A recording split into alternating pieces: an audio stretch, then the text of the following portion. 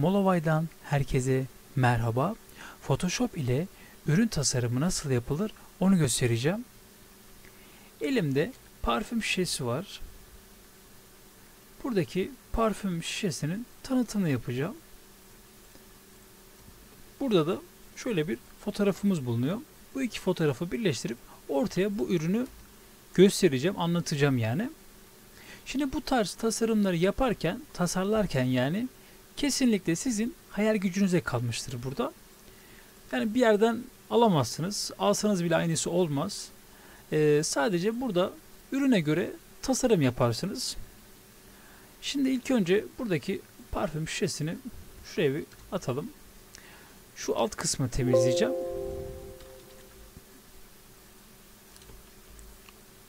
Çünkü saydamlığı görüyorsunuz, tam olmamış.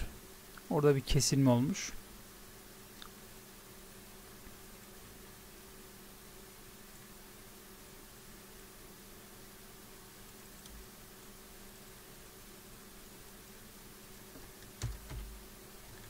Evet.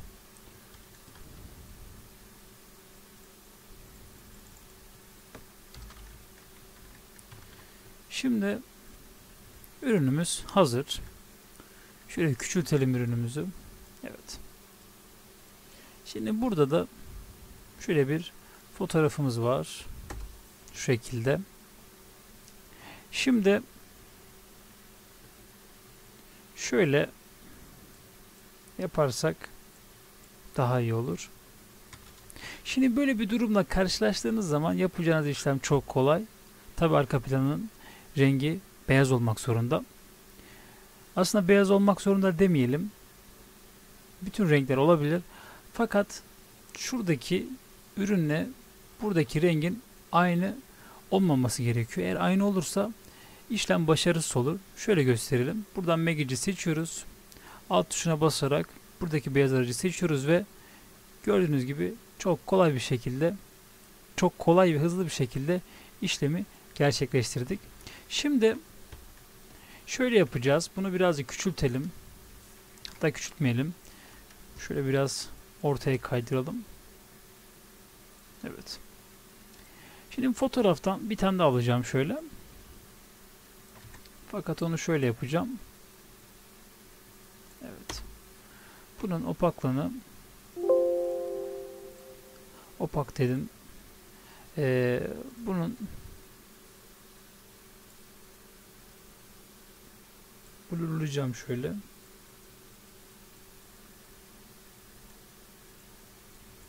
Evet. Daha sonra bunu aşağı çekeceğim şöyle. Şu kenarlar için.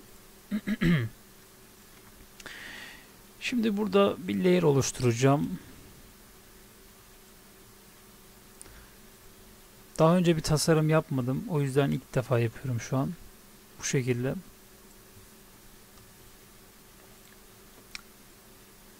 Şimdi şuradan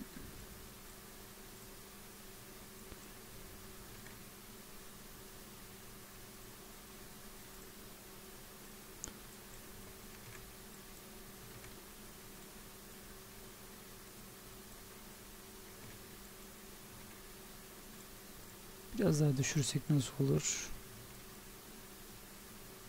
Yok.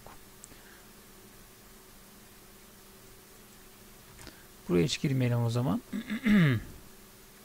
Biz direkt buradaki kısımdan, hatta şuna tıklayalım. Şöyle buradan box blur verelim. Şu şekilde. Bunu 35 geri alalım. Olmadı. 35 yapsak nasıl olur? 40 yapsak, evet. 40 daha iyi. Hemen alttakini silelim. Üsttekini şöyle kopyalayalım. Şöyle aşağı doğru. Oldu mu? Olmadı. Evet, şimdi oldu. Evet, şu an dediğim gibi rastgele bir tasarım yapıyorum. Daha önce bir tasarım yapmadım. Tasarım üzerinde çalışmadım. Şu an tamamen hayal gücümü kullanıp elimdeki iki farklı fotoğrafla bir şeyler üretmeye çalışıyorum şu an. Evet, şimdi bunu şöyle sola çekelim.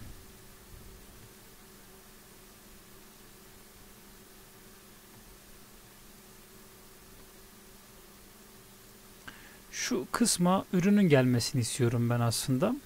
O yüzden bu kısmı şöyle sileceğim.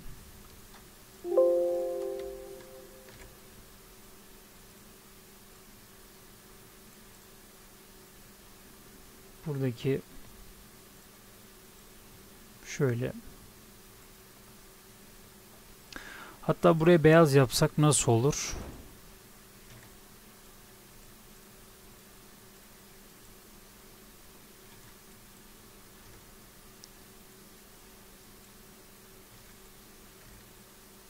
Şöyle şu şekilde.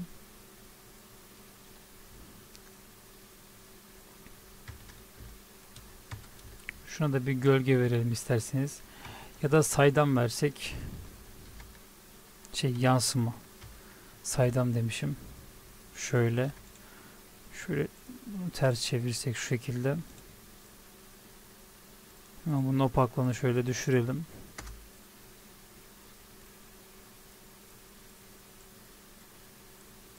Şu şekilde.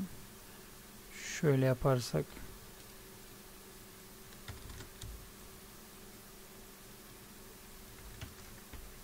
Tabii böyle olmayacak bu. Hemen buradan silgi aracımı seçiyorum. Çok oldu. Bunun tabii opaklığını benim düşürmem lazım.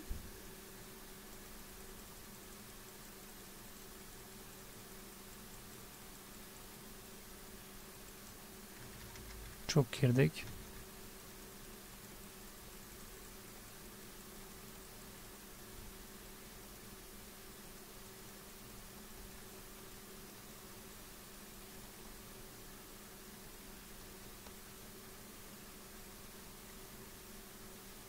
Evet.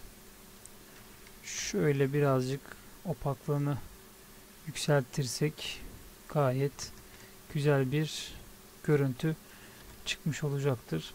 Tabii bu ikisini de şöyle yukarıya doğru çıkartırsam daha iyi olur.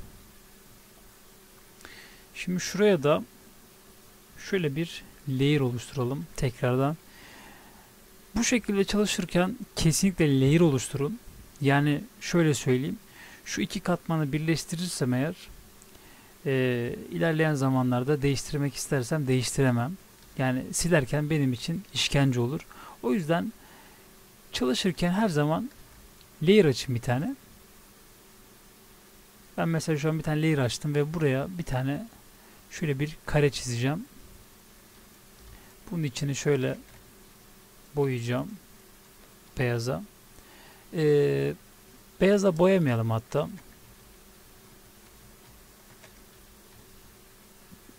Şuradaki renge boyayalım. Tabi bunun blurunu şöyle yaparsak daha iyi olur.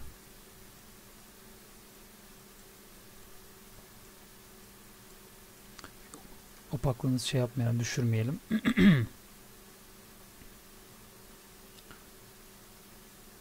Şöyle değil de şu şekilde yaparsak, evet. Şöyle tam eşit oluyor. Evet. Şimdi buraya yazalım.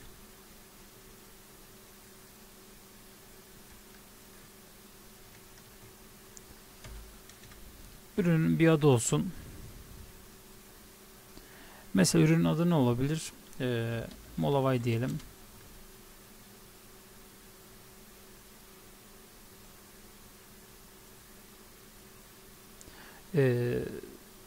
Turuncu gider mi acaba? Deneyelim. Turuncu gitmiyor. Şu an bu oldu. Biz direkt beyaz yapalım. Şuraya direkt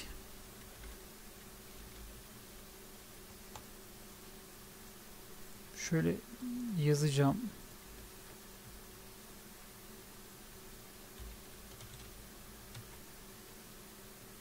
Fakat rengi beyaz olmadı. Şöyle.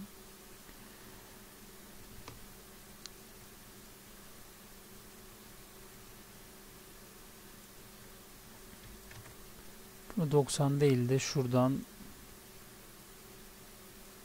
mesela 60 yapalım. 60. Hemen şunu kopyaladım şöyle.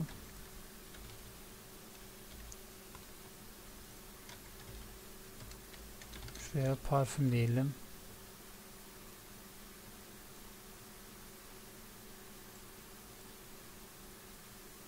Şunu şöyle yapsak olmadı. Bunu biraz daha şey yapalım, büyütelim. Şöyle büyütürsek daha iyi olur. Evet. Şu şekilde. Tabi bunun opaklığını düşüreceğim.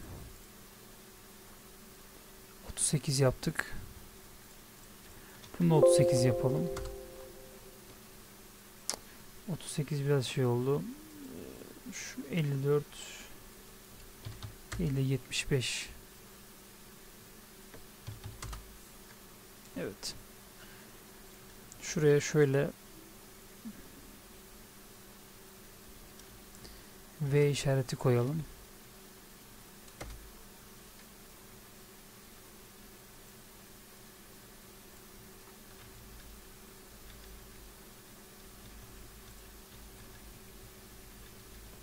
Evet. Şimdi şu kısma şöyle yapabiliriz.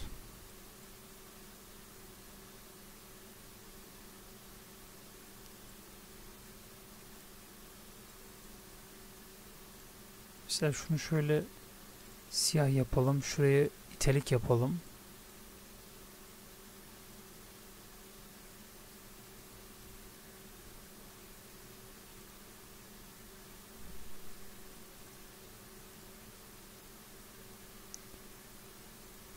Evet. Burada var.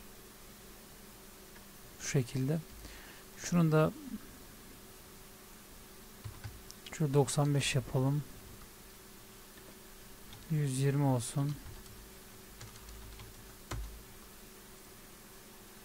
Evet. Bunu da 120 yapalım. Evet.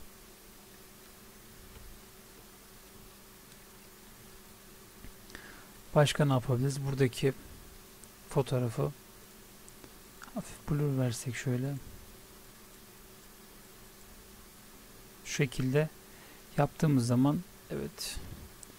Şuraya da şöyle tekrardan bir layer oluşturuyorum. Ve bu sefer şöyle yapacağız.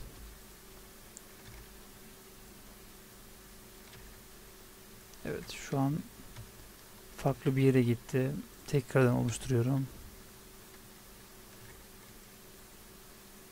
Şu şekilde. Evet, bunu tekrar kopyalıyorum. İçine şöyle beyaz yapıyorum. Hafif küçültüyorum şöyle. Tam ortaya gelecek şekilde. Bu ikisini birleştiriyorum. Olmadı. Çünkü yanlış yere birleştirdik. Tekrar evet oldu. Şimdi buraya da ürünün fiyatını yazalım. 515 TL diyelim. Şöyle siyah olsun.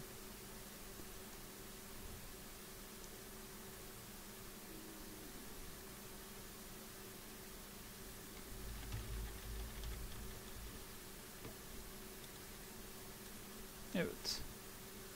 Şu kısma da şöyle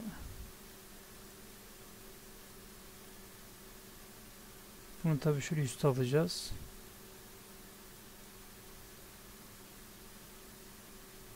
Hatta şöyle aşağı alalım.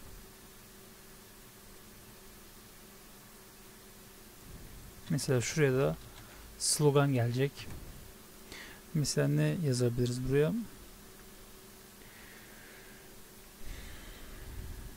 Şu an aklıma bir şey gelmedi.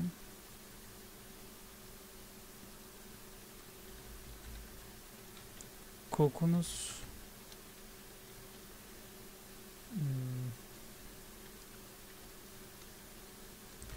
kokunuz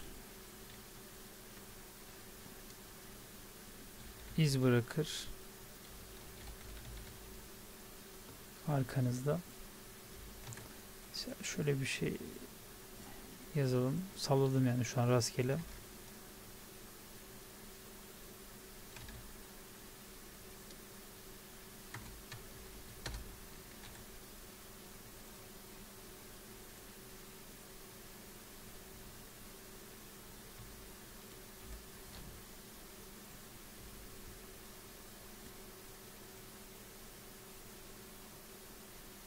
Şöyle.